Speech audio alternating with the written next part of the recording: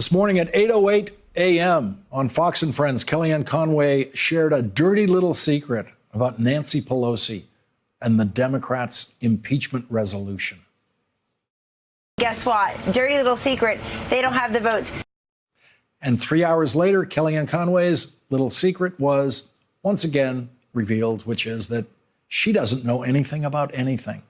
And so, under Nancy Pelosi's leadership tonight, the Democrats are finally, formally engaged in the impeachment process against Donald Trump and unified in that process. Joining us now is Ezra Klein, editor-at-large at Vox and host of the new podcast, Impeachment Explained. And Ezra, it's our 2-year anniversary. It's 2 years ago that you and I first discussed this subject together here on this program after you'd written a long and thoughtful piece about impeachment and how it fits both in our psyche and our politics.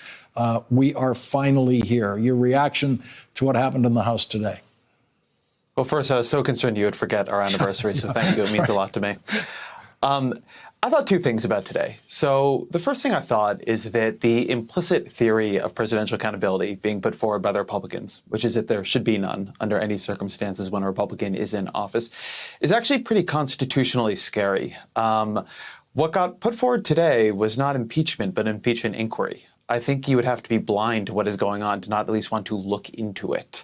And so the fact that Republicans give an opportunity to vote for a public hearing process where they would get their lead on the relevant committee would get 45 minutes to question witnesses, it's, I think, pretty scary. And I think it forever shreds the idea that any of these people are constitutional conservatives. And the other thing is that, to what you just had from Kellyanne Conway, the worst bet to ever make in Washington is that Nancy Pelosi has not counted the votes. Yeah, there's nothing clearer than that. And it's one of those great little moments because it just shows that the entire Kellyanne Conway is just an act. The whole thing is just this invention and there's nothing in it ever. What do you expect to see as we go forward? We have not heard any substantive defense of the president. The president is tonight telling the Washington Examiner that his entire defense is what the prosecution thinks is the entire prosecution, which is the rough transcript of the call. President Trump saying he wants to have a fireside chat on TV where he reads the transcript of his phone call with the president of Ukraine. And that is exactly the thing that the Democrats say condemns the president. I don't know, man. What do you want me to say to that? The thing that is the scariest piece of all this to me is not that Trump did it. It's that somewhere in there, I think it is actually plausible that Trump believes he did nothing wrong, that he believes that he has so conflated his own interests with that of the country that he believes it would have been perfectly fine. In fact, it would have been the right thing for him to do as president, to try to use the power of his office to extort another country into investigating a domestic political rival because he saw a conspiracy theory on Fox and Friends or wherever it was that he initially saw it. And I think that's actually a real problem. It's one thing to have cynical players in the White House who are in a Machiavellian way knowingly betraying the country in their own interest. That's bad. In some ways, it's almost worse to have the bull in the china shop who doesn't even realize what they're doing is wrong. That's genuinely dangerous because in this, as in so many things, going back to the piece that you and I talked about years ago now, one of the other problems here lurking behind all this is Donald Trump is not fit for the job that he holds. And that sometimes comes out through corruption, sometimes comes out through incompetence, and sometimes comes out through recklessness and bad judgment, like deciding that maybe you'll read this call record in a fireside chat because you think it's perfect when it's actually the thing that has launched an impeachment proceeding against you.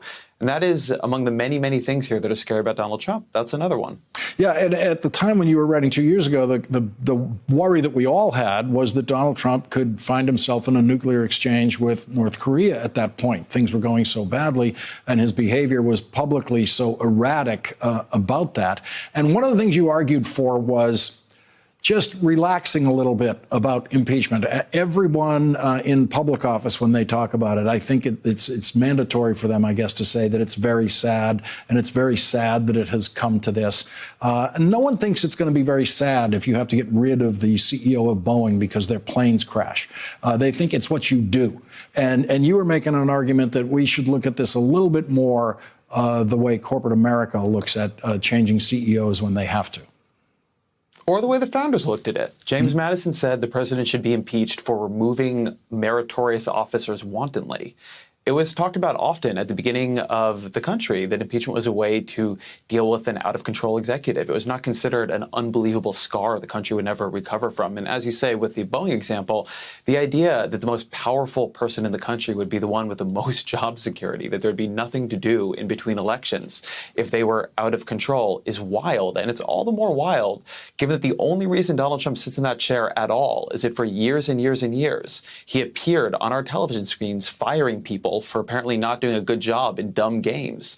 We should be able to fire somebody for doing a terrible job and abusing power and putting the country's leverage at risk in order to further their own political prospects.